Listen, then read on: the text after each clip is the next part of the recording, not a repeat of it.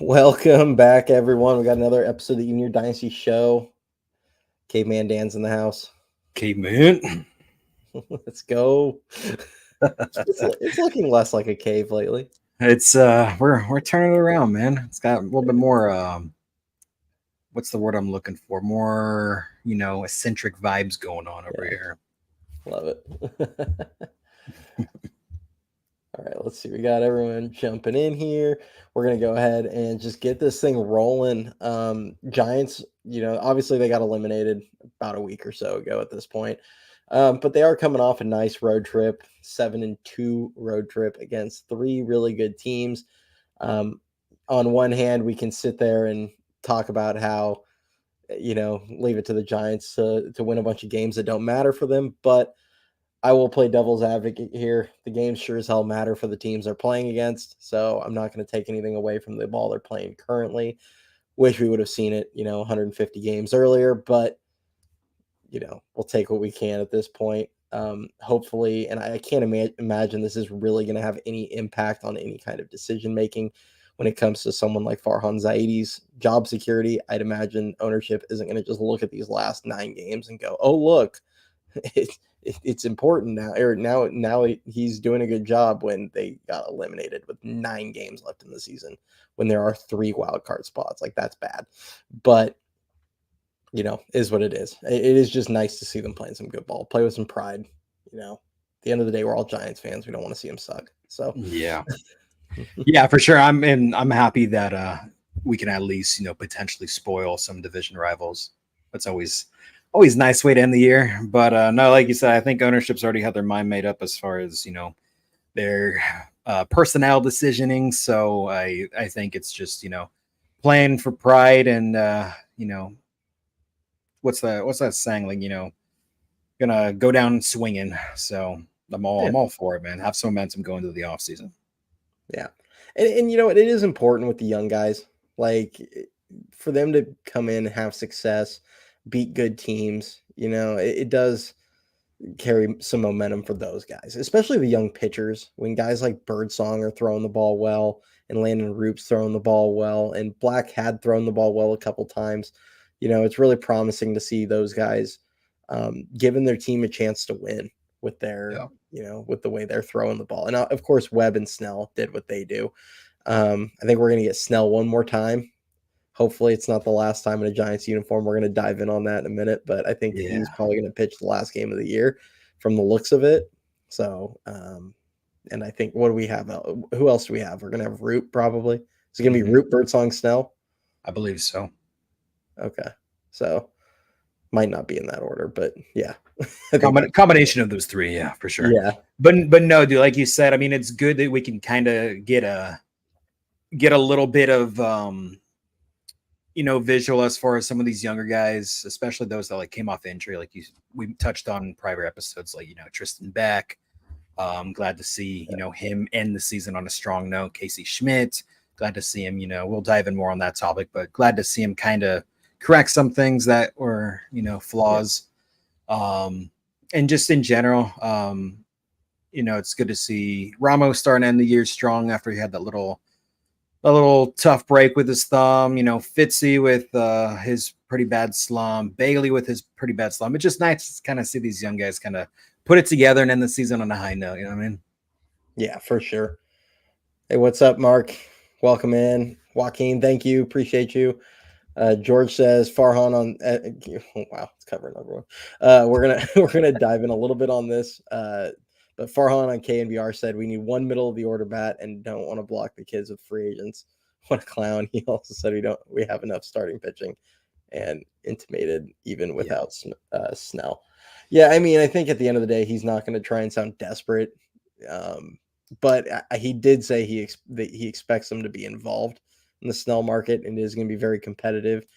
I didn't like the way he talked about that because it almost sounded like a bit of a defeatist attitude. But he did say that they intend to be involved in the Snell market, which is frankly more than they ever said really about Gossman. So, really Rodon, like they never even pretended like they were going to be involved with those guys. They just kind of were like, well, we'll see, and then didn't even really try. So I do think they are going to give it an attempt, but it's hard because we don't know what the market's going to end up looking like. I mean, if he gets 7 years, I hate to say it, but see ya, dude. Yeah. No, yeah. And I think you kind of touched on what I was going to mention, how it's a little bit different compared to like you touched on with Gosman, Rodon, where there really wasn't, that vibe or that feel going into the offseason that they're even going to make an attempt.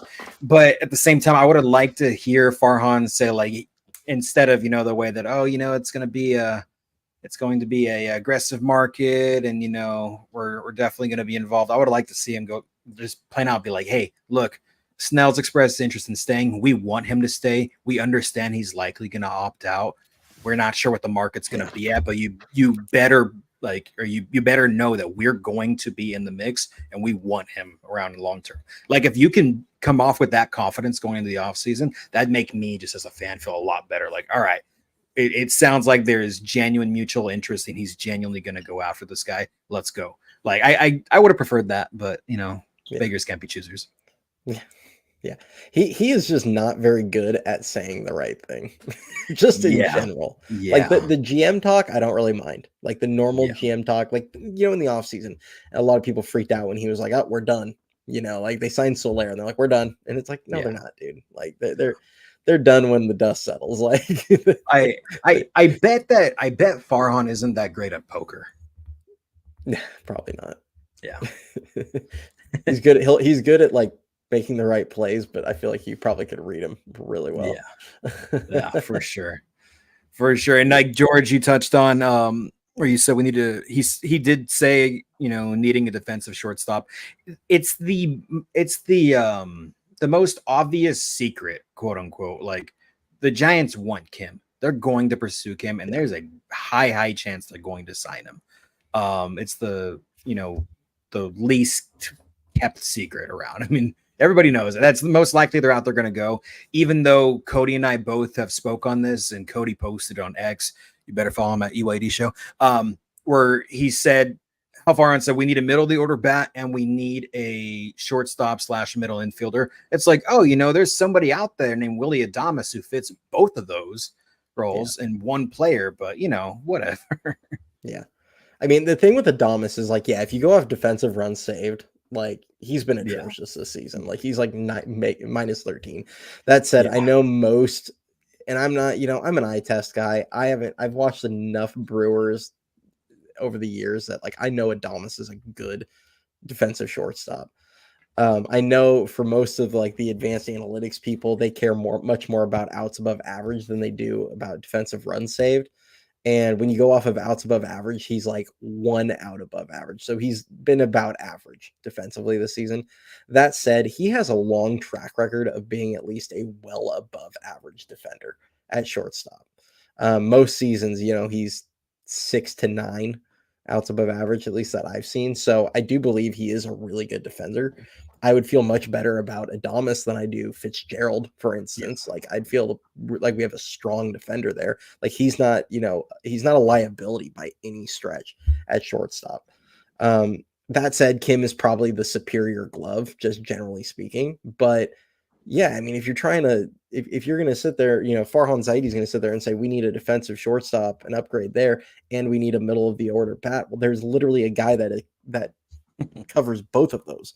Like it's just common sense to me. But like Dan said, it just feels like it's almost inevitable that they're going to sign Kim. And in fairness, like I think Kim does want to be. I think ultimately Kim wants to be in San Francisco. Like it's hard for me to say that like when he's in San Diego right now, currently under contract.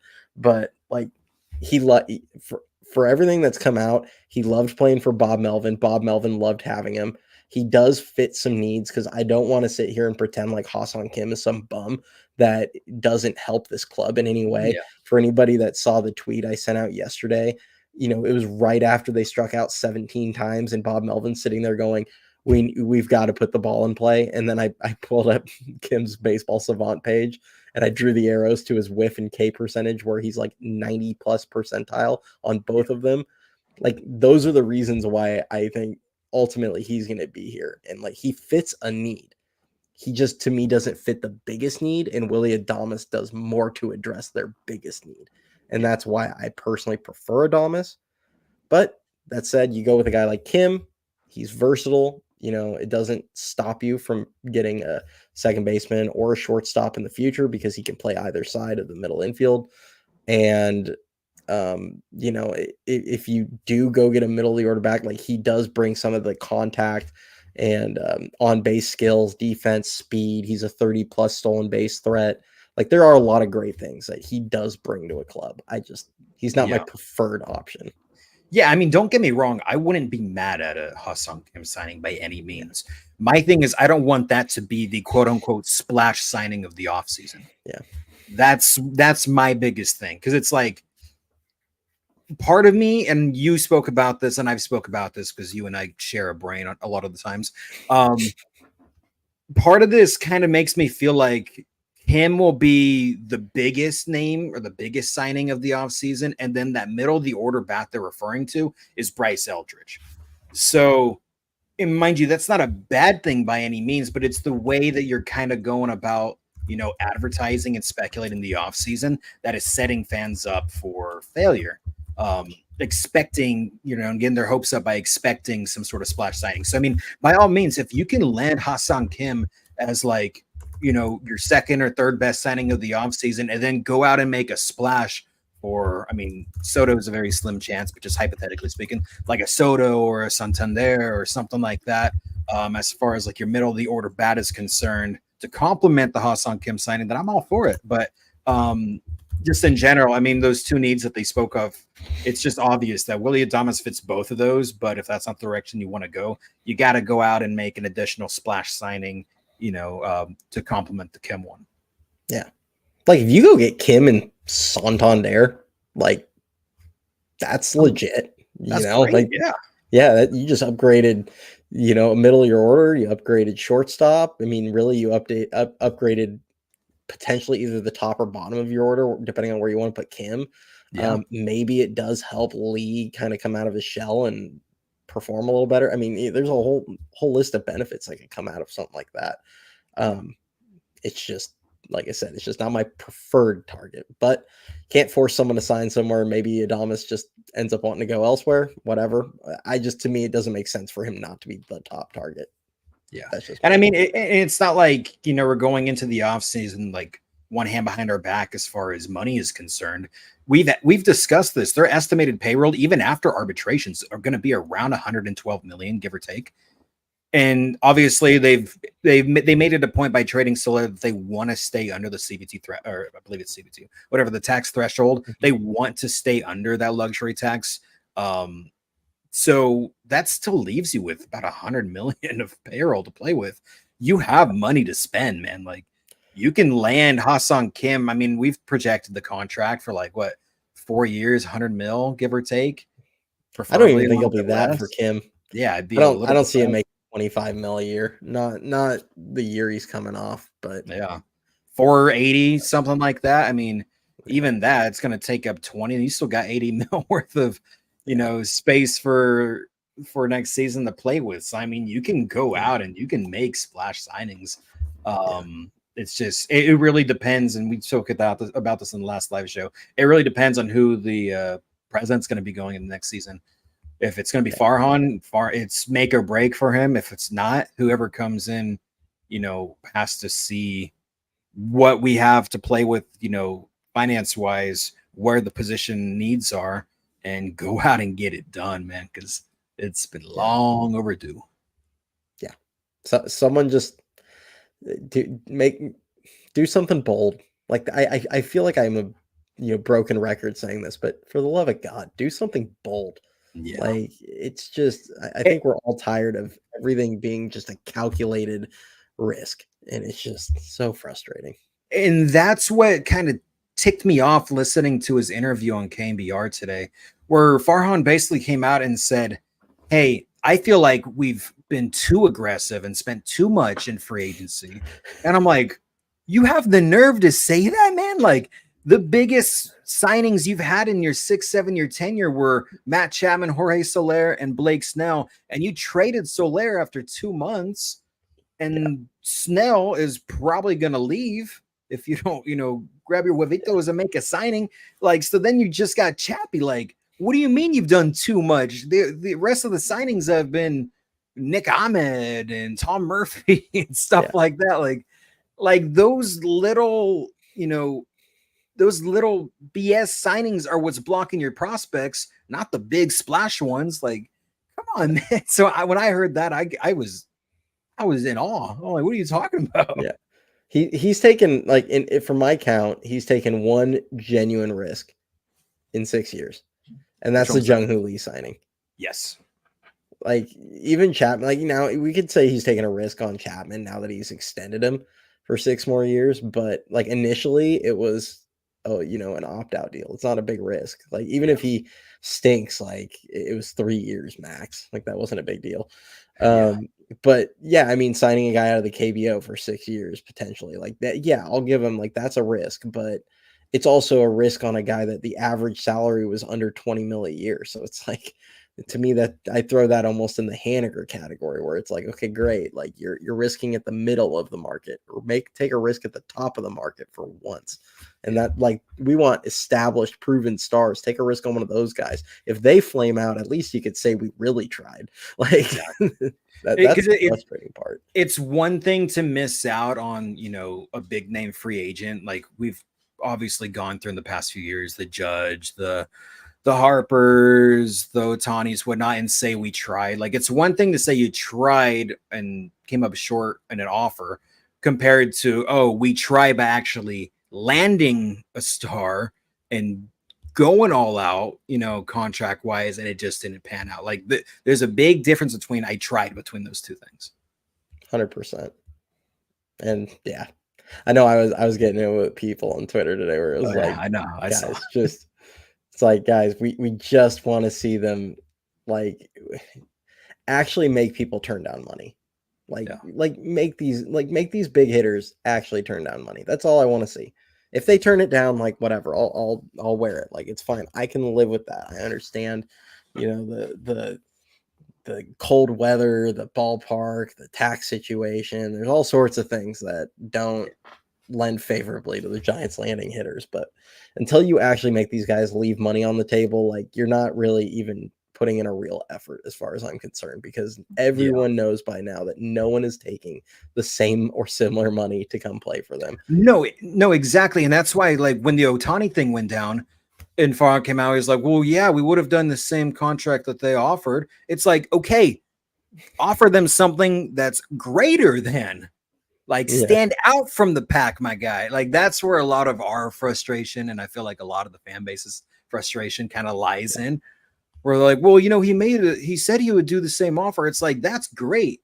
You want to play in, for a superstar stacked team, or one that's still kind of in this weird half-ass rebuilding situation? It's like, dude, if you want to land a player, you got to stand out. Like, that's why we've been preaching, if you really want Soto, you got to go and offer 650 mil right off the bat.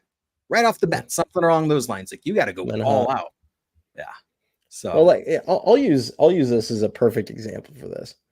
How did the San Diego Padres land Manny Machado back when Petco still had the fences back, and it's cold, and it was like the second most difficult park to hit in, and the Padres in similar, same tax situation. It's California, all these different things working against them.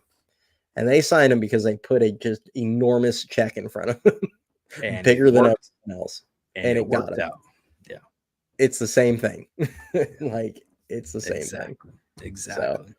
So, before we get rolling, we're going to talk a little bit about the rotation today for next season, kind of what we're looking at there, some options, how what we're kind of our thoughts on that is. We're going to also touch base a little bit on the fall league rosters that got announced. Some international signing stuff, and then we're gonna have like a little bit of a kind of talk on Casey Schmitt and his place, because I think he's a really interesting person going into next season. And we'll dive in a little bit on that. But really quick, I think Rob requested a little bit of our off-season plans for the channel. I can't give you like specifics because I'm going to be honest. I don't really have specific plans for the off season. We'll probably still try and do live shows weekly or semi often. I don't know. It depends on how free, how open these guys are. Um, but I definitely I put out a ton of content last off season. Different thoughts, once the rumor mills start going, we'll talk about that. Obviously, we'll cover all the big acquisitions. We'll talk, all sorts of stuff with the off season, about to start. We'll probably do like a off season preview. I'll break down the financial situation, who's arbitration eligible, all that stuff, just kind of a preview. Yeah. We do have a few different guests that have, said that they'd be interested in joining us on here. So we'll try and do that. For those of you that didn't see the interview with Jacob Christian that we put out on, I think we released it Tuesday morning, go check it out. We want to do more stuff like that. So we're still working on trying to get other players as well. But, go check out that interview if you didn't already. He was awesome, super transparent, really chill guy, really good guy, easy to root for him. It's a lot of confidence. So it's a lot of fun. But that's kind of the general idea. Like I said, nothing specific, but we'll definitely be putting at least 2, 3, maybe more in a given week, videos a week for the off season. We don't take breaks. Nope. Definitely not. Yeah, for sure. But yeah, we'll hey, if I can get Charlie on the show, I'd love it. Unless you're referring to something else. But yeah, if I can get Charlie on here, I would love to. I actually have reached out to him, but I haven't heard back on that one yet. So we'll see. But we're going to jump right into the rotation for 2025. As it stands right now, it's pretty obvious Blake Snell's going to opt out.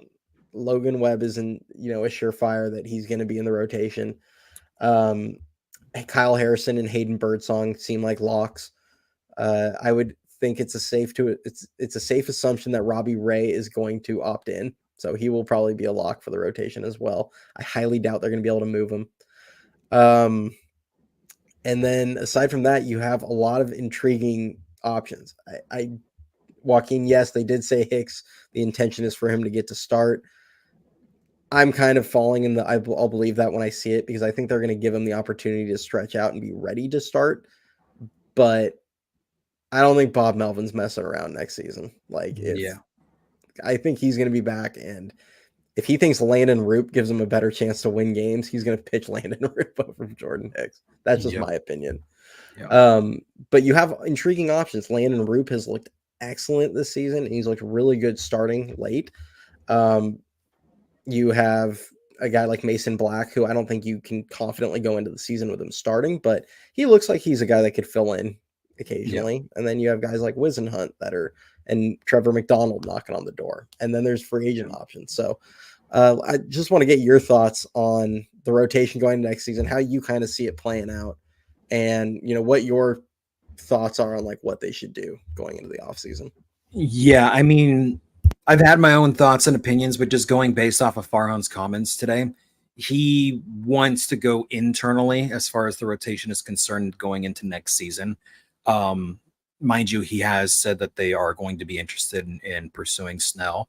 But just in a case where you lose the bidding war, what you have internally is most likely what you're going to see next year. Yes, he did mention that there is a slim chance that they could be in the free agent market, but you're going to be looking at something along the lines of Webb, Harrison, Birdsong, Ray, and Hicks / somebody else. But I do think in the spring they're going to give Carson Wisenhunt an extended look.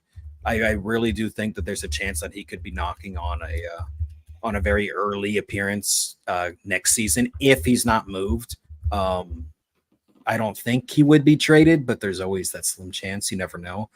But just in general, I would love to see that 1-2 punch of Webb and Snell, especially like a full off season of Snell, a fully healthy Snell, because you did not get his best version in the first half of the season. So if you get second half Snell going into next season to pair 1-2 punch with Webb, as well as, Birdsong, hopefully a revamped Harrison and a Robbie Ray. I think you're in a pretty good, position there. But no, just in general, it's all dependent on what happens with Blake Snell, in my opinion. And from there, you're going to have options. So we'll see.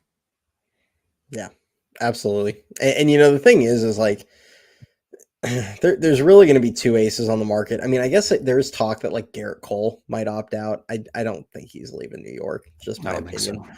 so. Even if he opts out, he'll just go. Or he'll return on some new contract. But there is Corbin Burns on the market, a guy with Bay Area ties. He went to St. Mary's. And I think he's from California originally as well, but I think like Bakersfield or something. I'd have to look, but I think it's like more southern.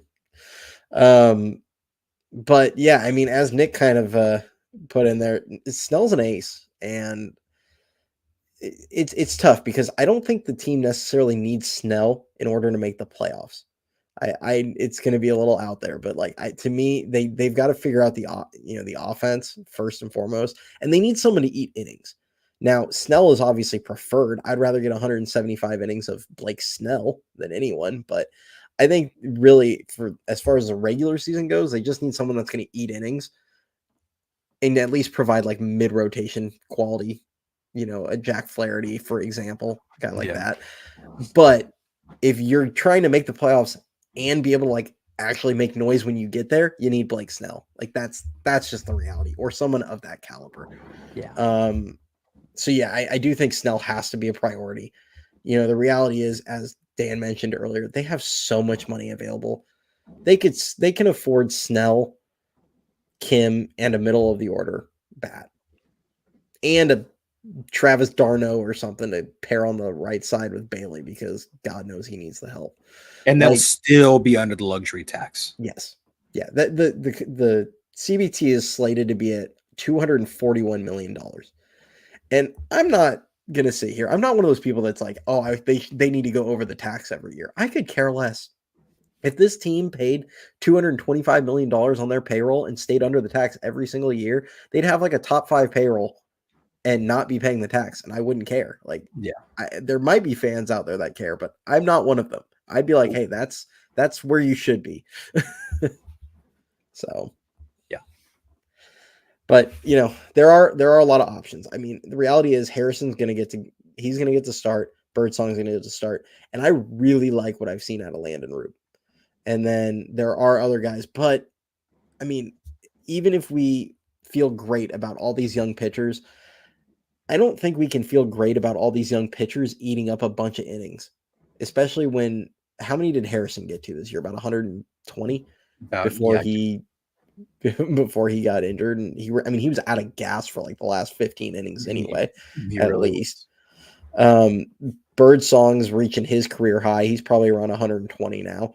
I mean, we can't expect these guys to jump 30, 40 innings next season. Even Landon Roop, who's been phenomenal in the innings he's pitched this season, I think he's only thrown about 70 innings this season. Yeah. Because he's dealt with some injuries, and he was in the pen earlier. And he had a back injury last season as well. So I love Landon Roop. I love him as a starting pitcher, but I have major concerns with him about whether or not his body can hold up over 140, 150 innings. I've said it many times that he reminds me so much of Ryan Vogelsong, the way he pitches. Down in the zone, has the breaking ball that he, really good curveball that he'll throw in any count. He just, it's location over stuff with him, even though he does have a 70 grade curveball. Like, it just reminds me of Vogie when he was here. But can I just say, I want to, pat myself on the back a little bit. You guys can go back to like the early season live shows Cody and I did. I've been high on Roop since day one, man. So I'm glad to see that he's really panning out. Yeah. What Dan and I are saying right now, we were saying in April. Yes. So heck, I'm pretty sure I said at one point in March that he was one of their better pitchers in spring training. Yes, he did. Absolutely did. And correct me if I'm wrong, but hasn't Robbie Ray prior to Tommy John, wasn't he like an innings eater machine? Mm-hmm. Yeah, I So, think I his mean, last 3 seasons, he was 175 plus innings. yes, I mean, if you get a fully healthy Robbie Ray going into next season, I mean, there's a good chance that, with him being your your 3 or 4 starter, he can eat quite a lot of innings if he stays healthy the whole Yeah. year. Yeah. I won't expect like the Cy Young winner. I don't expect that Robbie Ray. I think No.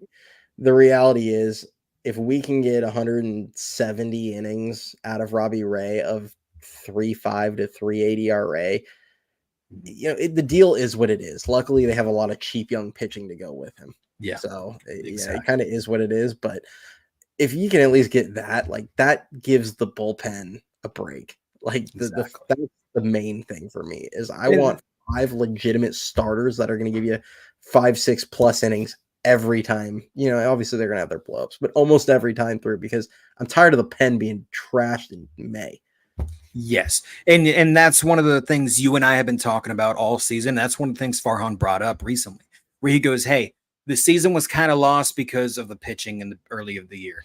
And you and I have been, just screaming from the mountaintops about this. And when they went into this season with 2.5 healthy pitchers and relied on the bullpen to carry the weight for literally the first 3 months of the season.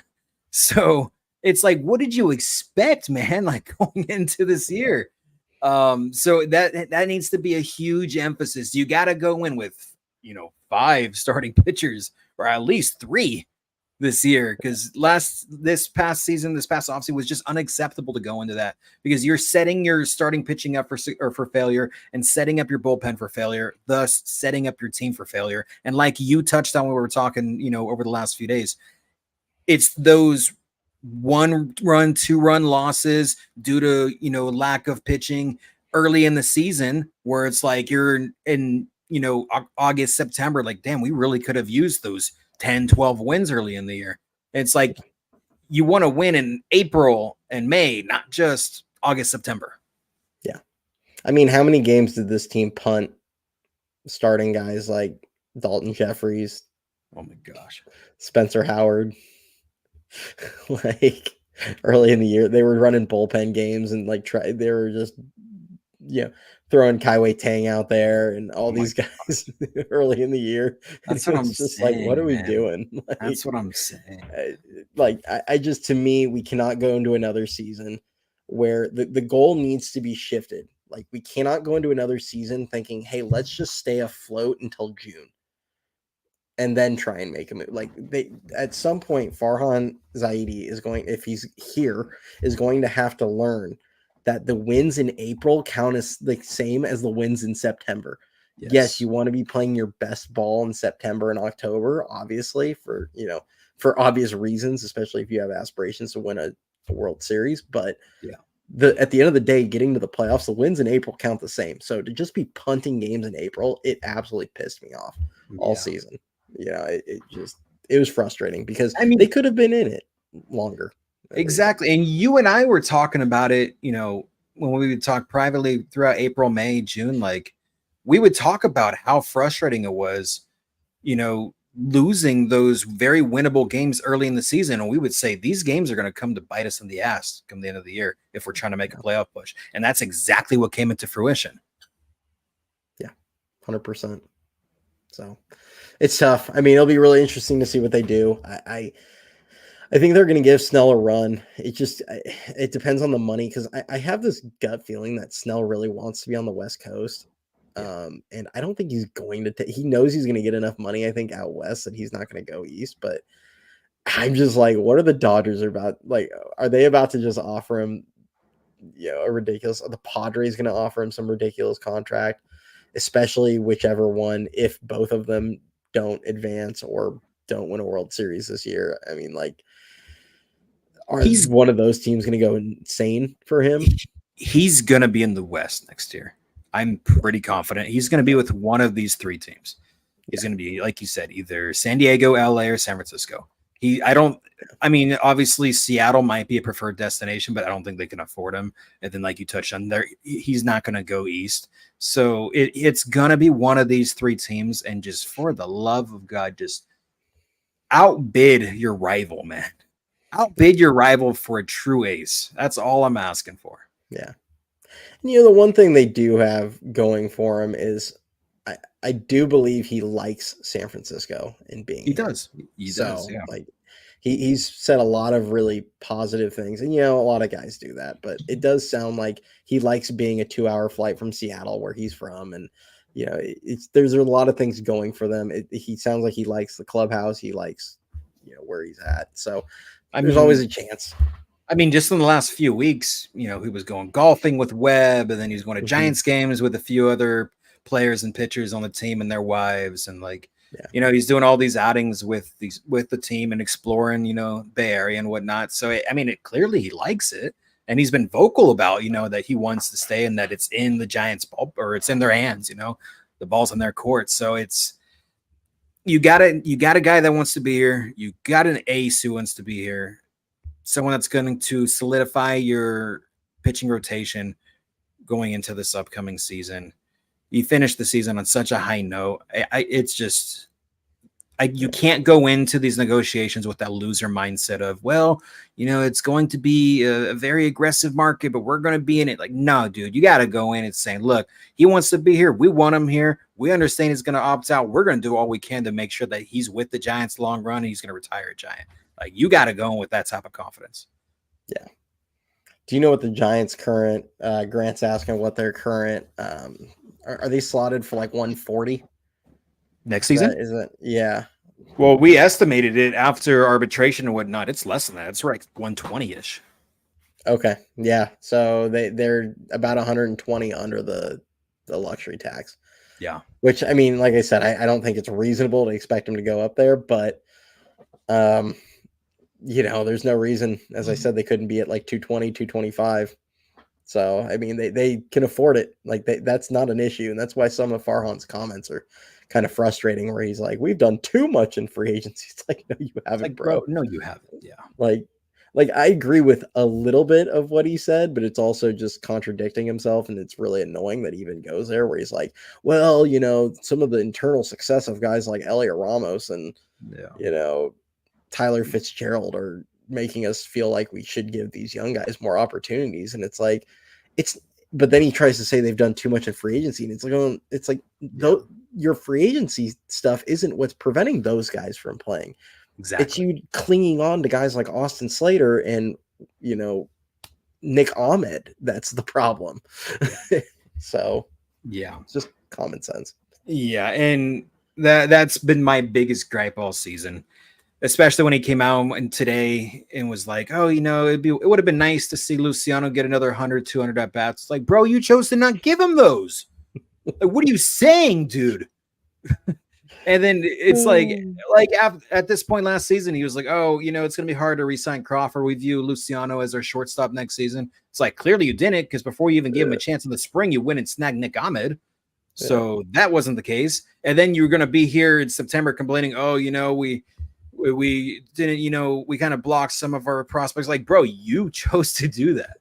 But so that's what kind of pisses me off. But the one thing that I will say, just in general, as far as ownership and whatnot, it's been very nice to see Posey kind of step in and be more vocal compared to the last couple of years since he became a partial owner.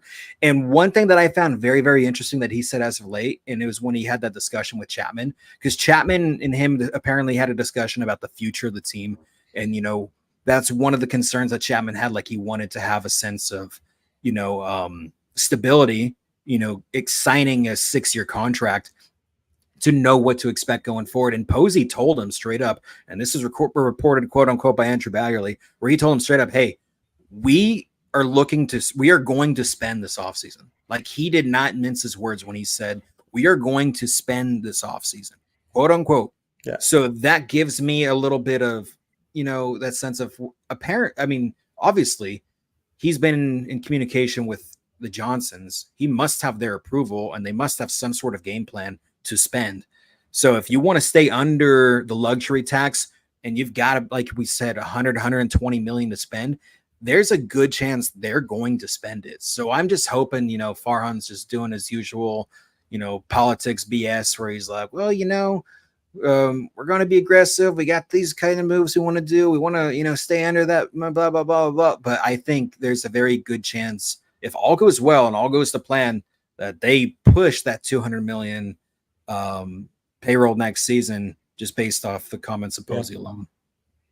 And hopefully they back that up, because and really the Johnsons need to just let Posey be the face. Like they need to just step away from the mics. Keep if there's one thing the Johnsons are really good at doing, it's sticking their feet in their mouth, which is why Farhan fits in so well here. Remember that press conference last year? Or was it the off season or whatever with the Johnsons in it? And you can just tell like they do not know how to talk. Like not at all. Like it just when he made the break even comment, it's like, dude, you're not wrong, but don't say that out loud. Like, yes, it's a business. We all get it, but you don't say that. The whole break even thing, dude, that infuriated fans. I was just like, man, like I get it. I get where you're coming from, but bro, like it's just constant with those guys. But we're gonna step off from the 2025 rotation talk, though. That's kind of where we both fall. I think there's a few guys like Flaherty and Burns that are kind of outside chances, but it does feel like they're pretty confident with what they've got internally. However we feel about that, but TBD to be determined. We'll see. Next thing we're going to talk a little bit about is the Arizona Fall League rosters got announced. Obviously, the big one, we all kind of already knew it. It had been kind of pre-announced. Yes, sir. Mr. Bryce Eldridge, Giants #1 prospect. I don't remember what he's ranked in the top 100. It's like 50 something. I have a feeling by the time the offseason rolls around and they refresh that list, don't be shocked to see him up in like the top 30. He is rocketing up that list. Bryce is going to be in there. Bo Davidson, Charlie Sikowney. And then we have 5 pitchers that I know I was less familiar with some of these guys, but Marquise Johnson, William Kempner. He actually was really good last season. Was injured all of the season. Cale Lansville, Elijah Pleasance, and Tyler Vogel. Initial reaction kind of to the Fall League rosters. I love that Bryce is there. Yeah. The fact that Bryce is playing in the Fall League after rocketing all the way up to AAA. I mean, do you not get the impression that this team really wants to start him like out the gate? Absolutely. And even his comments when he was interviewed with, I think it was Pavlovich, where he was just like, oh, what are your plans for the offseason? He was like, I'm going to do everything that I can to ensure that they do not keep me down in the minors. Yeah. So I think it's just impressive to see him go through 4 levels and then the Fall League all in 1 year. It's like, damn, bro. Yeah. So it's a long year for him, but I love it. I love that they're doing it. I hope that he forces the issue. I think it would be awesome. I've been very vocal about not rushing the guy, but I've also said do not hold him back. So if his bat shows it's ready, by all means, go for it. But we'll kind of run through each guy. So Bryce, that's joining. Bryce, obviously the most impressive. Went through all 4 levels, hit 289 with an 885 OPS, 23 homers, 52 total extra base hits, 91 RBIs. That's what I love to see. Bo Davidson, their number 26 prospect. He's 22 years old, outfielder, hit in 53 games in A-ball, a little bit on the older side. That's why I'm not surprised with Bo that they're bringing him up. I'd imagine he'll start in high A, but in A-ball this season, hit 328 with a 1.046 OPS, 9 homers, 28 extra base hits, and 40 RBIs. So, and then Charlie Sikowney, he's a lot like Carter Howell, who last season they sent to the Fall League. Bit on the older side. He's 24 years old. He was in high A. He split the season in A-ball and high A. I'd imagine they'll probably push him up to AA, but he reminds me of Carter Howell, and just that he's an older prospect that I think they like, and they're trying to just get him more reps and see if they can push him up faster through the system. I like his hit tool, but he did struggle quite a bit when he got up to high A.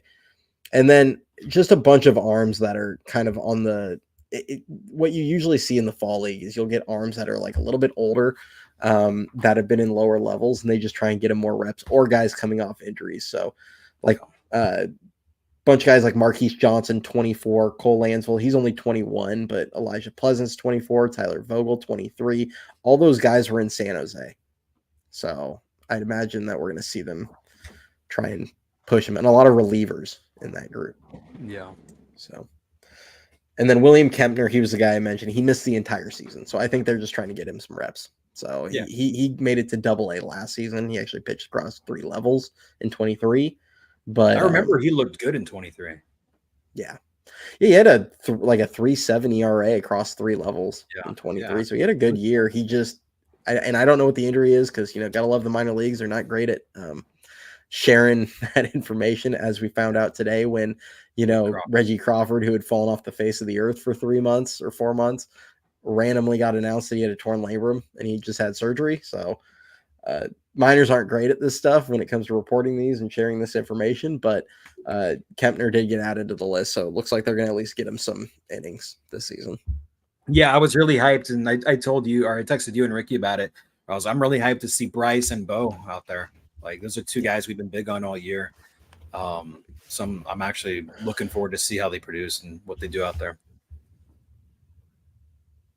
And then Grant, going based off what you're saying, if I'm not mistaken with this, just a similar scenario, wasn't Jackson Merrill around the same age going into this season? I believe he was 20 when he was on the roster, and look how he produced. And then Jackson Holiday too, 20, and obviously didn't start well, but he ended the season well. So it's like, I don't think it's unrealistic if Bryce mashes in, the fall league and, does well in spring training. I do not think it's unrealistic to see him opening day. Yeah. Bryce crushes falling and holds his own in spring training. Are you giving him an opening day spot? Like I said, yeah. Yeah. So the way I would put it is I got to see what he looks like the last 3 weeks of spring training. If he does great in the fall league, that's awesome. That's another step towards it. If he's looking good early in spring training, that's another step towards it. But at the end of spring training, when it is primarily, major league, and then there's some like AAA guys mixed in there, but when it's going to be primarily major league pitching, and they're actually focused on like getting people out, not just working on certain pitches and things like that, like I want to see what he looks like then. Yeah. And frankly, he doesn't even need to put up incredible numbers. Like I've said it many times when it comes to Bryce, that he goes through his slumps like everybody else.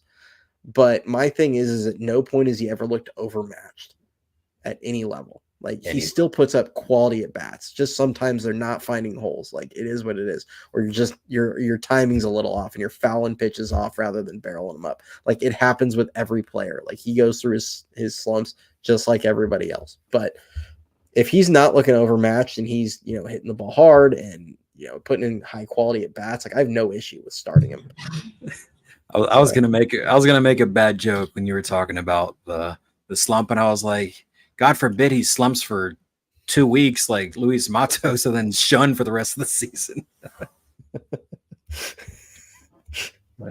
Yeah, you're not wrong, dude.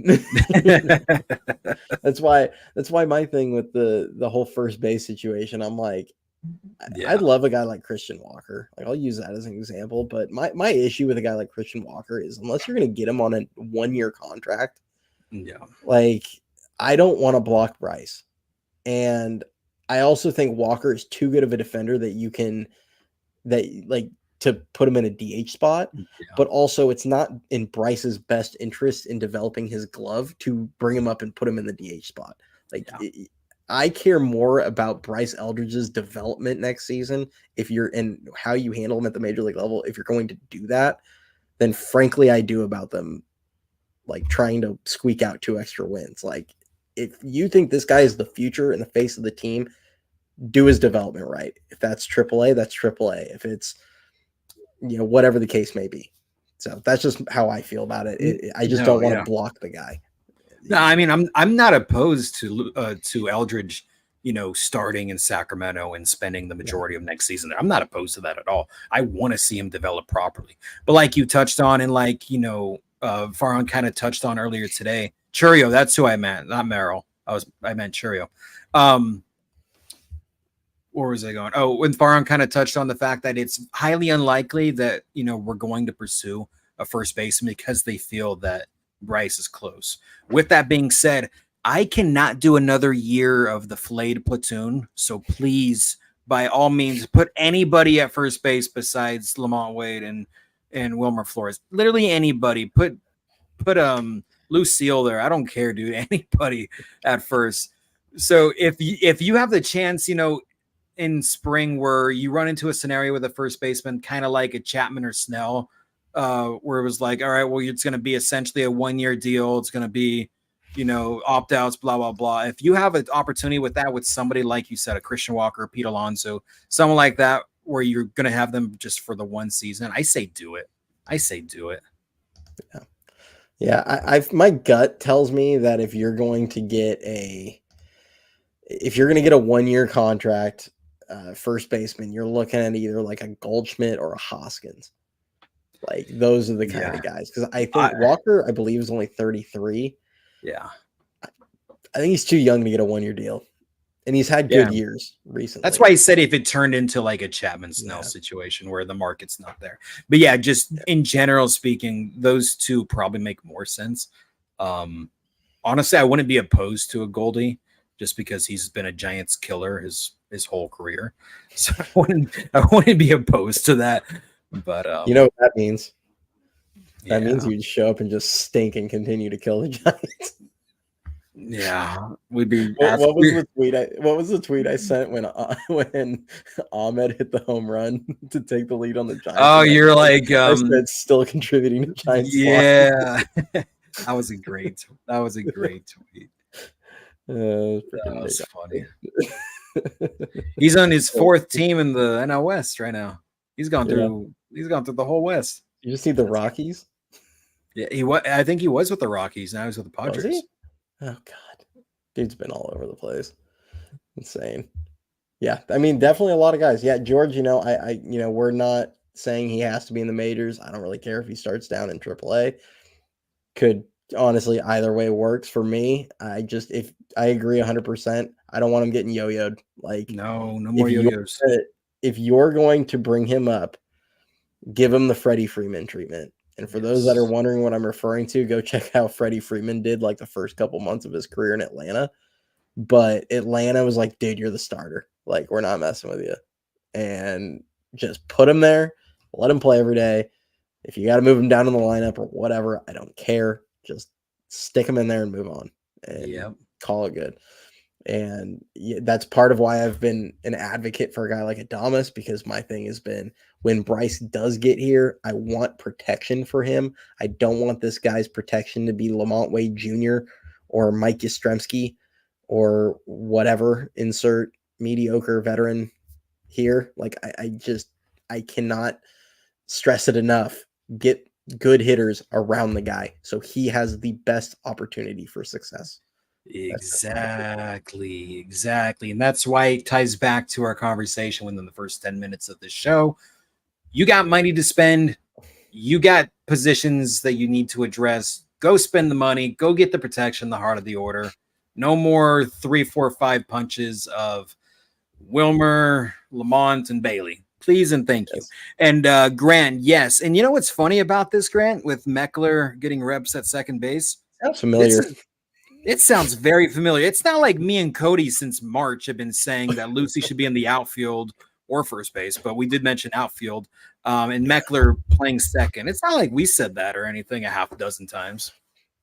You know how many times I mentioned that Wade Meckler played second base in college, and I was like, just put this guy in the infield?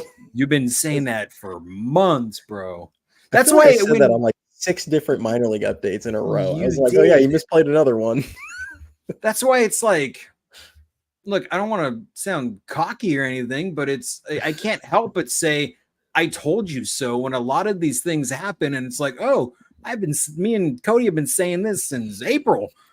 It's like, I don't know. I was called a fake fan all year for saying stuff like this. And now it happens and everyone's like, oh, bravo, what a good idea. And it's like, all right, screw me then, right? Yeah. This is you depressed. You're not around, Grand. You're not You're wrong, not wrong, Graham. Grant. What's up, buddy? It's good to see you, man. Yeah, senior. We've said so much. Like I love what he's showing with his bat right now. I I do, and I love his bat to ball skills. He doesn't have much power, but you can live with not a lot of power at second base. Yeah. I can't live with that out of a corner outfielder, especially one that's poor defensively. Like you can't be a slap hitter that if you aren't hitting for a high average, you have literally no value, and that's his problem. So he needs to go somewhere where he can at least be average to above average defensively, and that way, if the power isn't great, we won't really care. If he's hitting 290 at the bottom of the order, and with some speed to steal you 15, 20, Dan and I aren't going to complain. Like we're going to be like, awesome, good for you, dude. No, that's the thing. Like, me, Cody, and you, the regulars here in the chat, you guys know for, months I've been taking little shots at Meckler and saying that he should be a future Mariner and stuff like this, but it all ties to the defense, bro. Like if you have seen him, try to play a ball in center field, he looks, I don't even know how to describe it. He looks like he's spinning out on a banana in Mario Kart, bro. So it's like that's my thing. Cause it's like, you got a guy with no pop. He's primarily a slap hitter, and then he can't play defense. And everyone's like, call him up. It's like, bro, why? He's literally unplayable in the outfield. Exactly, like he makes Matos look like a Gold Glover. People he makes Jock look like a good Gold Glover. So it's like Sable, Sable too. So those are the reasons why. So like Cody said, like him going back to second base and it turns into this great thing, and he's giving you quality contacts at the plate. It's like we are not going to be upset with him whatsoever. Playing solid defense, stealing bags, getting on base, we will be perfectly happy. Yeah, I mean, as somebody that's been constantly complaining about the swing and miss on this roster and their awful situational hitting, I'm not going to complain one bit about getting a high contact guy in that hopefully will help that. Like, not at all. It's just the defense. He was completely unplayable in the outfield, and that's the issue. And you know what I was thinking? You're saying I'm not sure what it looks like with him running around there. You know how he wears the glasses? Did someone swap him with the drunk goggles? Dude, have you ever tried those on? Dude, they're awful, bro. When I was going through training with the PD and I put those on, they gave us like a basketball or someone to like just try it out. And I'm just like, what the heck is this? But yeah, that's perfectly accurate. That's perfectly accurate with him. Oh man. All right. Well, we'll move on that. You guys keep popping stuff if you want us to chat about it in the chat. But we're gonna jump over to. I want to give some credit here. See, I know you guys know that I'm not the biggest Farhan Zaidi fan. I know Dan knows I'm not the biggest Farhan Zaidi fan. But there is one thing, and I did tweet about it the other day, that I will happily give Farhan Zaidi some credit for. Yep. And yes, first off, big shout out to Joe Salermo and Felix Piguero. I don't know if I pronounced that right. I probably didn't, but those two guys who are the international scouting directors. Felix handles the Dominican Republic. Joe usually handles other, the other Latin countries.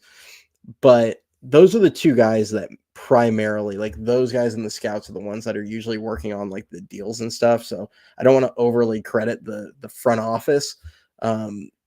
Even going back to Bobby Evans when they landed Marco Luciano and Matos and all these guys, but because a lot of it comes down to those scouts and the scouting directors. But I do want to give some credit to Farhan because he did keep those two on board.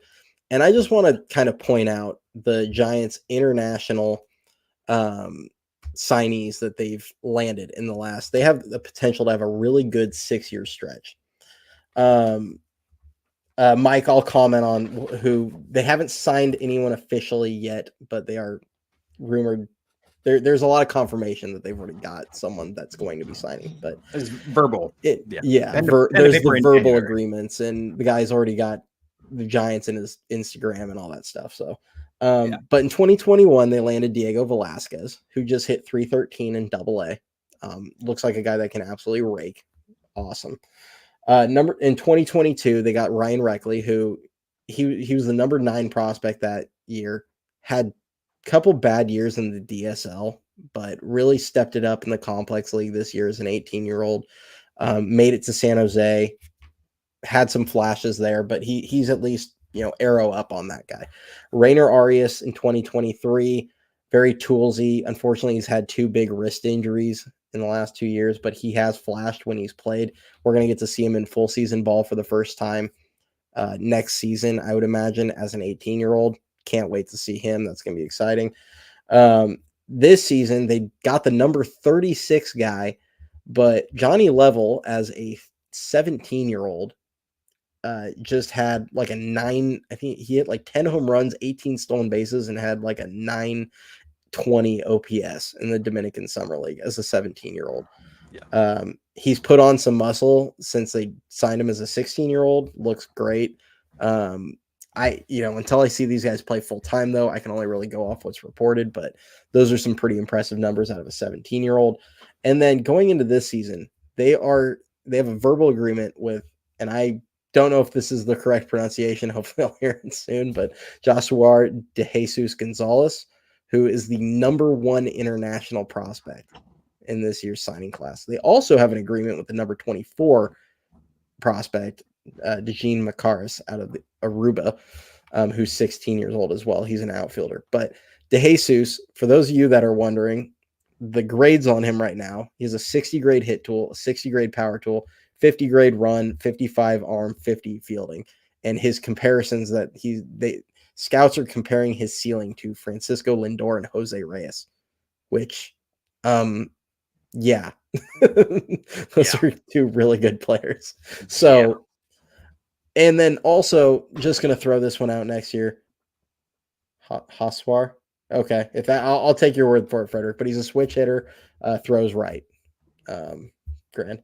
And then also the Giants are slated to land Luis Hernandez. They have a verbal agreement with him, who at like 15 or 16 years old, I think at 15 years old, has been playing in like Venezuelan professional leagues or something like that, who is likely going to be a top 5 international prospect next season. So I'm objective and I am fair, I feel like, usually in my evaluations on this kind of stuff, like with Farhan and all, like the big picture things. And while overall I'm not a fan of his tenure to this point, I do want to give him credit that the Giants' international game has been stepped up tremendously. Now, what they do when they get these guys, if he's ever going to be willing to deal guys while they have value, or if they actually pan out as good players, remains to be seen. But there's a lot of promising things that we're seeing, and the arrow's really been pointing up on their international game. So, yeah, D-Shot, that's cool, but Farhan will ruin their careers, possibly. And Hernandez, from what I've read, middle infield, sounds like they think defensively he'll likely be more of a second baseman. Yeah, but plays both. So, yeah, just wanted to give my touch base on the international. Do you have anything you want to add in on that? I just wanted to kind of throw my 2 cents in on the success they've had recently. No, yeah, you got a lot of the specifics out, but I think it's been hinted that Oswar would sign with the Giants for a few months now, but now it's like becoming into reality. And he's also been very active on social media, if I'm not mistaken, as far as, advertising in his bio, pictures and whatnot, just showing off the Giants gears. So it's all but a done deal. And yeah, dude's going to be an absolute phenom. So we're all pretty excited. Yeah, fingers crossed, man. He like you touched on his comparisons, and who he's projected to kind of be similar to, and all of his tools and whatnot. If all goes to plan, man, and his development pans out, I mean, you're talking a few years from now, he can potentially be a beast. Yeah, and just what we've seen, like they've shown some of his taking grounders, hitting and things like that. Like everything looks smooth. Like everything looks good. But he's 16. He's going to still grow into his body, hopefully, and it's just a massive projection. But it's just exciting that they're able to land a guy that's the number 1 guy who may or may not end up being good, but it's going to help their farm system a little bit, for sure. And can I just say, I pray to the good Lord above that they do not Marco Luciano him and they develop him properly. Yeah, hopefully. Hopefully. They should, Rick, they should have the international money. I'd imagine there would be things coming out as far as they did lose some international money when they signed Chapman and Snell, but they should still have the money to close those deals. Otherwise, I think we would have been hearing about him potentially backing out of an agreement on that one. So I'm sure they already got that worked out. I think the official sign date is January 15th is Yeah, when I they know can it's actually sign him. I know it's in January. I just don't know the specific day. Yeah. So we'll see how that works out. But yeah, do you see the picture with like I'm assuming it's like his little brother or something who was in an Angels hat, but like Yeah. the guy is like probably like 12 or 13, but he like put like a giant in 2025 and a Yeah. giant in 2028. And I was Yeah. like, do they already have an agreement with like his brother? Like what the heck at 12 years Some old? I was gonna say some 12-year-old. But no, yeah, I saw that. That's super cool. Yeah. At least somebody wants to be a giant. Yeah, yeah, at least that's because they haven't been to San Francisco yet and been like, dude, it's Uh, cold as hell here. it's a lot different from the DR. That's for Yeah, sure. yeah, absolutely. But all right, cool. I just wanted to touch on that. Just I'm a fair person, and I will give credit where it's due. So I will Absolutely. give him his credit on that, and we'll move on. But the last thing, and so a few people have kind of mentioned him earlier.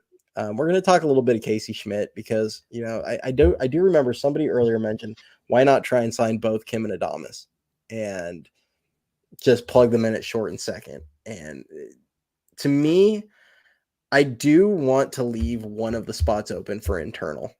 Like, I think Fitzgerald has shown enough that it's fair to give him a starting spot next season. I just don't want him to be as short. I don't like his defense there. Um, but I also want to kind of touch on Casey Schmitt a little bit, which, Dan and I called him a future Mariner like 2 weeks ago. Like, I'm aware of that. Like, we did call him that. But if you do look at what he's done this season, and he's what, 25 right now? I think this is Mhm. his age 25 season. Let's just look at what he did in 2023. He hit 206, 5 home runs, a 579 OPS in like 300 plate appearances. His chase rate was 38.5% with 30 or 26.9 K, 23.3. Oh, sorry, 23.5. I wrote that really small. At second base, and I'm going to use second base as my benchmark here because likely Chapman's locking down third base long term. But Yeah. at second base, he was worth in about the same amount of innings. He was worth -1 defensive run saved, -2 outs above average. In 2024, in about 100 at bats or 100 or so plate appearances, he's hitting 240 with a 734 OPS, 6 home runs. He has 19, I think, home runs between AAA and the majors this season. The chase rate is still high. It's 37.1%, though it was at one point like nearly in the 50% range. So Yeah. it has been trending down significantly since his first call up. Whiff percentage is down to 25.5. So that's down a little bit. K percentage down to 22.6. And then he's worth at second base, no defensive run saved, but 1 out above average. So he's improved his, approach slightly. The power is showing more. He's hitting the ball a little better. His defense is improved. It's not like I'm not sitting here trying to go, oh my God, Casey Schmidt's now the savior or anything like that. But he is doing what you expect to see out of a young player. Like we are seeing improvements from last season Exactly. to this season. To me, he is still on an upward trajectory. And I do feel like I at least feel confident in him in a similar way to how I felt about Fitz coming into the season, where coming into the year, I felt really good about Fitz as a utility guy. And it was like, yeah, I want to see him get pretty good at, good amount of at bats. And, maybe he takes a step. And Fitzgerald did this season to where he deserves to start next season. I do feel like Casey, I feel confident in him as a utility guy, whether, you want to play him at second, short, third. I don't like his defense a lot at short, but, in a pinch, you could put him there. But I do like what I've seen, at least defensively, out of him, especially at second and third. And I think having a guy like Schmidt on your roster, it's a little bit of a contingency in case a Chapman does suffer some kind of freak injury or something and has to miss time. Like having someone that you're not going to take a big step back defensively at third, I think is pretty valuable. Obviously, the bat is not the same, but I feel like he's kind of played his way into the plans for next season. and really deserves a fair shot, at least going into 2025. Just kind of how I feel watching him right now. No, yeah, I think that's perfectly valid. Because realistically, he's probably more of a third baseman than a second baseman. And you 100%. touched on it. I've touched on it. Dan from NorCal's been very vocal about it. He has elite tools defensively at third. Like he can be a very, very, very good defensive third baseman. He's no slouch at second by any means. I just think he's more suited for third. But just in general, like you touched on, a lot of the criticism that he's gotten dating back to last season, he's made improvements on, and that's what you want to see out of a young player. So it kind of, it's mind-boggling to an extent when, I go on X and there's just people ripping him, calling him a bust and this and that and whatnot. And it's like, these are the same people that were likely ripping Ramos last season. So take that for what it's worth. I just, you got to look at things realistically. It's like not every player is going to come up and be this, bona fide superstar from day one. Like what you hope to see out of your young players is development and progression and improvements year after year. And that's what you're saying with Schmitt. I mean, he's got 100 at bats, 6 home runs.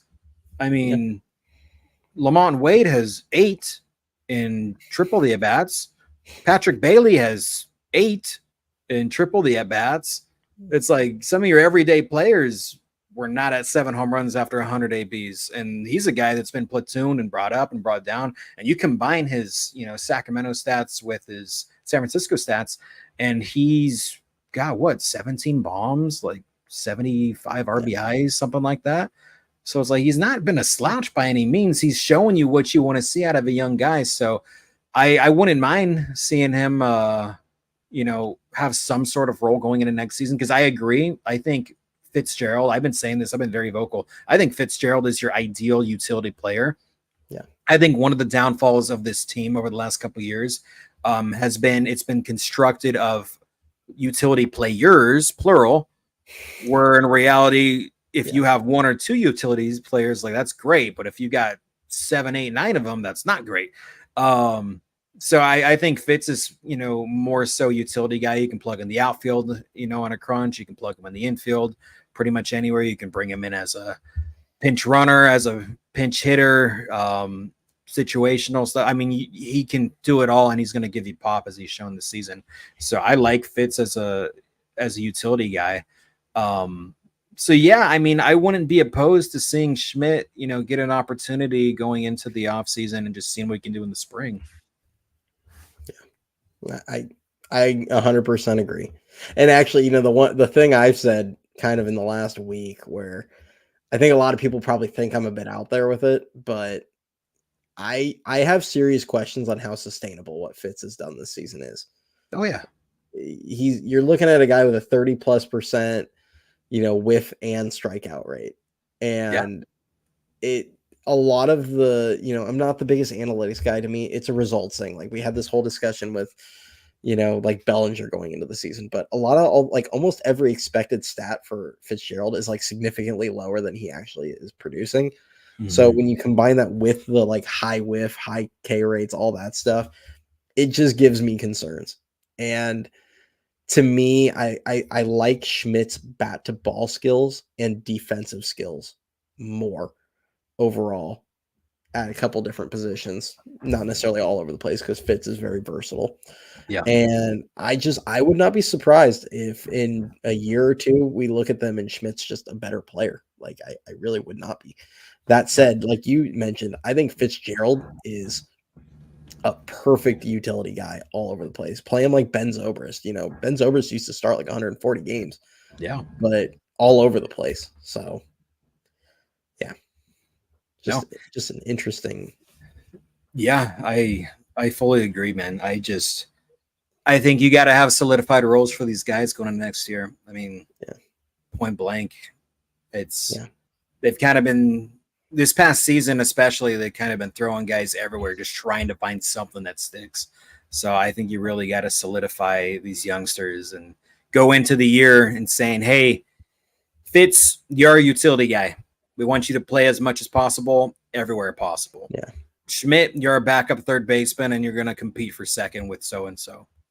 You know, Luciano, you're going to be an outfielder. You know, have these solidified roles for these guys so they're not just wandering looking over their shoulder at 3 different positions. Yeah. Yeah. I mean, George is not, you're not wrong. Like, I think Fitz deserves to play every day. Like, he's earned that right. For sure. For going into next season. So if that's going to be starting at second base, start at second base.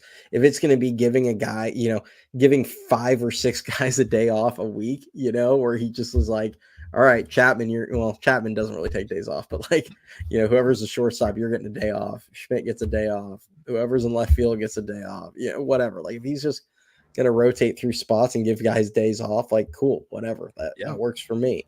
I mean, heck, we've been taught, hand him a first baseman for all I care. I'd rather watch Fitz over there than Wade and Canna or Forrest. Yeah. So, like, move him around. Like, that's totally fine. But, yeah, I'm more or less the whole point on this for me was just I really feel good about Casey Schmitt as at least a bench piece going into next season. Even if he's only going to start, 2-3 days a week or whatever, like, he's reaching the age. And now he's got enough upper levels experience where he's going to be 26 next season, where it's no longer the point where, frankly, like he's not one of these 22-year-old top prospects that I'm like, dude, he needs to play every day. Like he's starting to get to that point where it's like his role just might be that of a bench player until he forces it, which is it fair to him? Maybe not, but like that's just kind of the reality we're in, Exactly. It's tough. Exactly. I just want to chime in. I was gonna say, Grand. I've been very vocal about this over the last few episodes, as far as the catching depth is concerned. Fans hate me for it, but what are you gonna say? We're going into the 3rd year of this. Patrick Bailey is not physically equipped to handle a full season. He's gotten gassed 2 years in a row, and it's affected the team entirely. You need to platoon him. You need to keep him batting exclusively from the left side. He needs to stop the whole switch hitting vendetta that he's been going on with. You need to go out and sign a right-handed bat that's not a Tom Murphy, not a Kurt Casale, not a Jackson Reitz. You need to go and land a Danny Jansen or d'Arnaud, and you need to split time with those 2 guys. They're more than capable defensively. It's going to keep Bailey rested for the rest of the season, and fingers crossed for a playoff push. If you start d'Arnaud or Jansen, you can bring Bailey in as a defensive replacement. You have to address that. They made it pretty vocal and clear that they don't want to carry 3 catchers on the 26.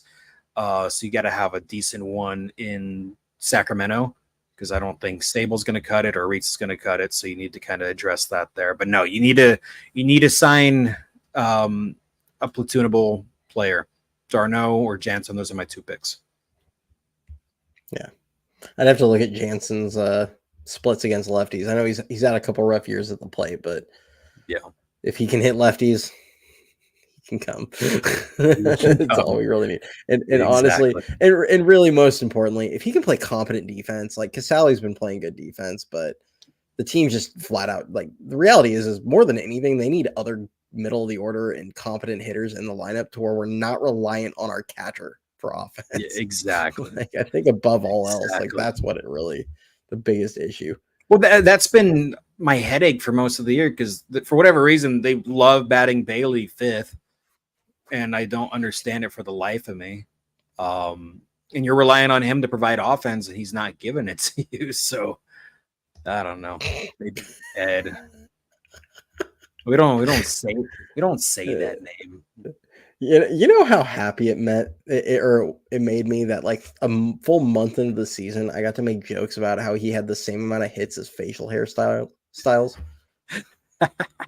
Dude, I used those jokes until I finally had like a hot week, and I was like, man, I don't get to make these anymore. But we were going into mid-June, but it was like mid-June by that point. Yeah, that was wild. Brutal. Ed, lefty hitters. I mean, Cody and I have both been pretty vocal about the desire to have Santander potentially. Yeah. I mean, obviously Soto's the dream, but if you get a Santander he's a switch hitter, but he's a lefty power hitter, That'd be nice. Besides that, I mean, you also have to realize we're going to get Jung Hoo Lee back next year. And there's a pretty solid, bat to ball contact hitter. So, I mean, those are just a couple off the top of my head. Yeah. I think if Yaz wasn't here, I would be like, I wonder if they'll see this hot streak out of Conforto and then hand him a deal. But I think it's time for him. I actually think Conforto is a great fit in Seattle. I mean, he's from that area, or he's from there. But I just laugh because you look at his home road splits. It's brutal. It's insane. It's like 16 on. Is it 16 on the road and 4 at home, or is it 17 on the road and 3 at home? It's something crazy like that. I think it's 17 and 3. That's insane, dude. Yeah. I made a post on X the other day where it was like Conforto batting anywhere that's not Oracle Park, and it's just the one of Barry just flexing. Oh, that's a perfect description of him, dude. Yeah. Soto would be the dream. Santander is probably the most realistic that hits from the left side. I think realistically we're going to be stuck with Yaz another year. I hope not, man. That ship has to sail. We've kind of said our piece on that, where it's not that he's a bad player or anything. He's not really the answer, and we feel like it's time to move on for someone that's just kind of a better fit for what the team needs currently. Exactly. But I mean, see someone mentioning Kyle Tucker. It'd be amazing if they could trade for Kyle Tucker. Too expensive. But probably too expensive, and he's got 1 year left, so you have to try and extend him. He'd be a 1 year rental, and you're giving up, the few top prospects that you have. So it's just it's a dream, but it's not a realistic one. Ed Bellinger. I mean, we wanted Bellinger last offseason. I don't think he's as much of a fit or a need this offseason. Truth be told, he's not. They could put him at first for a year, and then shift him to the outfield. I wouldn't mind him with something like that. It's just if you want to have him in the outfield is so crowded, man. And Zaidi did mention wanting to get young guys more opportunities. Exactly. So it's tough. What numbers did he put up? Because I know he dealt with some injuries. He was pretty banged up this year. I don't feel like he was as bad as people are making it sound. I don't think he'll opt out either, but I mean, you never know. 267, 755 OPS. Yeah, see, it's not bad. The stolen bases are down. 18 homers, 9 stolen bases. Yeah, see, I think he was dealing with some injuries though. I will say this: had a 111 OPS plus, which that was part of my thing last, in the offseason was for Bellinger. I was like, even his normal, like other than those 2 years where he dealt with the shoulder injuries and stuff, like his bad years offensively are like 10+% better than league average. Like he's still a solid hitter, and he's good with, he's a good run producer. So like, I wouldn't hate it. I would want, hopefully his legs would, get him back to 15, 20 steals, but it's not bad production, and it wouldn't be a bad fit, but I don't think he'll end up coming here one way or the other. Either he's not going to opt out, or he'd go to somewhere with a better, somewhere better to hit. Exactly. And Tim, me and Cody have been saying that. We fully agree, man. Like I gave some examples last year when Farhan said, Luciano's our shortstop of the future. We want to give Ramos playing time. We want to give Matos playing time. We traded Slater because we want to give Matos a shot. We traded Soler because we want to give Luciano at bats at DH. And then they go and get a Nick Ahmed and a Mark Hanna and whatnot. So it's like, I don't really take Farhan's word for anything. He could say the sky is blue and I wouldn't believe him. for what it's worth. It's more teal today. Yeah. Oh God. Yeah, Frederick, if it's up to me, man, I'm giving Soto a blank check. Realistically. Yeah. That's it. I mean, you should at least try it. Go sign, either close the deal on Snell or go sign an Adames or something before, and then just hand him a blank check and see if he comes. I mean, he probably won't, but it sucks, bro, because like you can kind of sense the pessimism coming from the fan base going into this offseason with Soto being available, just because they've been hurt and we've been hurt so many times year in and year out. Oh, Judge, we had a chance at him. Oh, Harper, we got a chance. Stanton, we got a chance. Ohtani, we have a chance. And you get right, that close and it doesn't pan out. And now going into this offseason with Soto, it's like, there's no chance. Like, there's going to be talk, but we're not getting him. It's like the pessimism from the fan base. It sucks, but it's justified. The worst part is we can't even get excited if they like announce a deal with him. Because then we'd be like, Farhan's just gonna freaking back out of this thing. I'd be like, I am not medical. Especially, yeah, like after the Correa thing, it's like, even if it's announced, I'm gonna be like, okay, wait. I need to see pen to paper. I need to see physicals done. I need to see a press conference completed. I need to see him buy a house in the Bay Area before I'm getting excited over this. So I'm not going to get excited until I see him literally in the batter's box. I won't be excited until the second half of the season next year. And he's still on the team. Then I'll know it's not some sort of dream. Yeah, I was to say the first half, you're just like pinching yourself. Like, am I going to wake up? God. That's awesome. I mean, yes, that's the thing. Give him what he wants. And I touched on it. Start out your bid at what? 12 years, 650 mil. Have that be your starting point. And then if a team comes in and offers them 7, offer them 8. Like, dude, you got to go and make a statement this offseason. It's going to be a ludicrous contract that he gets. But he's a special talent and he's super young. Like, he's what, 26? Yeah, I think he's going to go into his age 26 season. In like, let's check the exact age because I think it's about his age. But I am not like every year. I feel like we go into the offseason. We're like, all right, everyone, we ready to get hurt again? Yeah, it's just brutal. But get something done before it. I mean, yeah, he's going to turn 26 probably during the playoffs.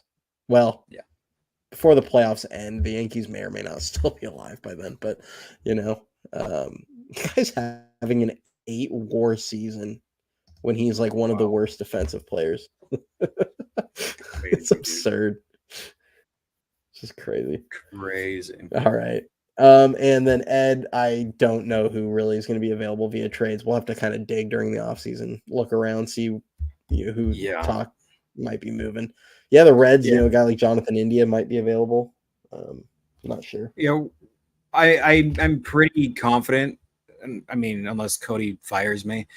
I'll have a lot of free time on the off season, so there'll be a ton of content coming out. I mean, I can't speak on Cody's behalf. This is his show, his channel, but he's made it a point, and I've made it clear to him that we want to, stand out this off season as far as content is concerned. So I'm kind of prioritizing, my availability to Cody to, hop on here as much as I can, whether it's live shows or offline shows, just to push content out whenever, rumors come up. Winter meetings is coming up, free agency, obviously spring, all of that. So there will be no lack of content because I know somebody was asking about that earlier. Yeah, absolutely. WC content. Yeah, we could probably comment on some of that during the games, things like that. We'll comment on how that goes. I know I usually try and watch those, and yeah, I mean, obviously we're primarily a Giants channel, but we'll talk ball around the league, and yeah, I mean, we'll definitely, we're always trying to brainstorm different ideas, and if you guys ever have anything that you want to see a video on, like any kind of topic specifically that you want us to cover, I might not be able to ready to answer it like immediately because I always try and do my research. I'm not one that likes to just talk out my ass on this kind of stuff if I'm not 100%. He's not like me. Yeah. But like I do, I don't try and pretend that I know everything. All right. So like if I want to do a little more digging into things, then I may have to, but yeah, like I happy to like do different videos and things covering different topics. If you guys have anything in particular, I think Grand, you might have done it. He inspired my video last year. There's talking about the Giants international prospects and how they've done. And I actually I spent a while digging on that and kind of looking at like who they had picked up, like where star, where like some of these international stars around the league were ranked in previous year rankings and things like that. You find out it's like a total crapshoot and stuff like that. So you guys bring a lot of good ideas for videos for me to do. So keep doing that. And yeah, we're happy to keep pumping content out. We're definitely going to be putting Giants content out though all year. So yeah, the Cody, random Mike tries the Giants content. Giants. Imagine. No, I was gonna say Cody basically owns me now, so I'll be on here. I'll be on here as much as the joke. Just because I was just watching This Is the End recently. Oh yeah, you know what I'm talking about? Yeah, Ryan Channing Tatum. He's on the chain. Dude, I haven't seen that in so long. Perfect. Oh my gosh.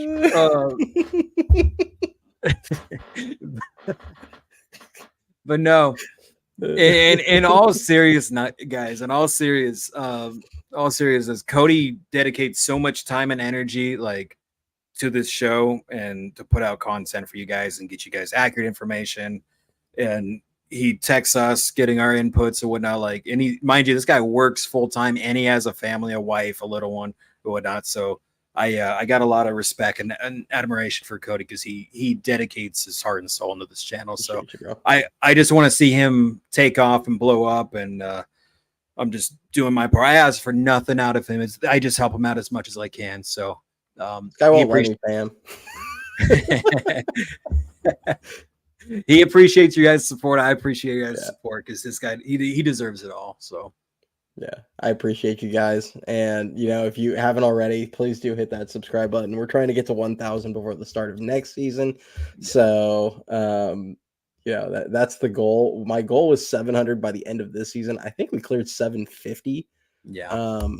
So yeah, that's awesome. Appreciate everyone's support there. So we'll keep trying to shoot it up. I'm going to keep trying to get some good guests like we did with Jacob earlier this week. Hopefully anybody that watched that enjoyed that interview. I know we enjoyed talking to him a ton. So yeah definitely cool check that out. But super cool guy. Yeah. So we'll hopefully get more. Appreciate you, Rob. So I think we're going to call it a wrap because I know you've been up super late. I had a fever. Yeah. I was running this morning and I was not confident this was going to happen tonight, but hope we were able to take enough Tylenol to make it work. Yeah, it turned into a great show. Now I'm going to go knock out because I'm beat. Yeah. All right, everyone. Appreciate you guys. Catch you next time. Go Giants. Yes, sir. Hopefully they can, win a couple games here against St. Louis, but we'll definitely have a show next week, and then we'll probably do some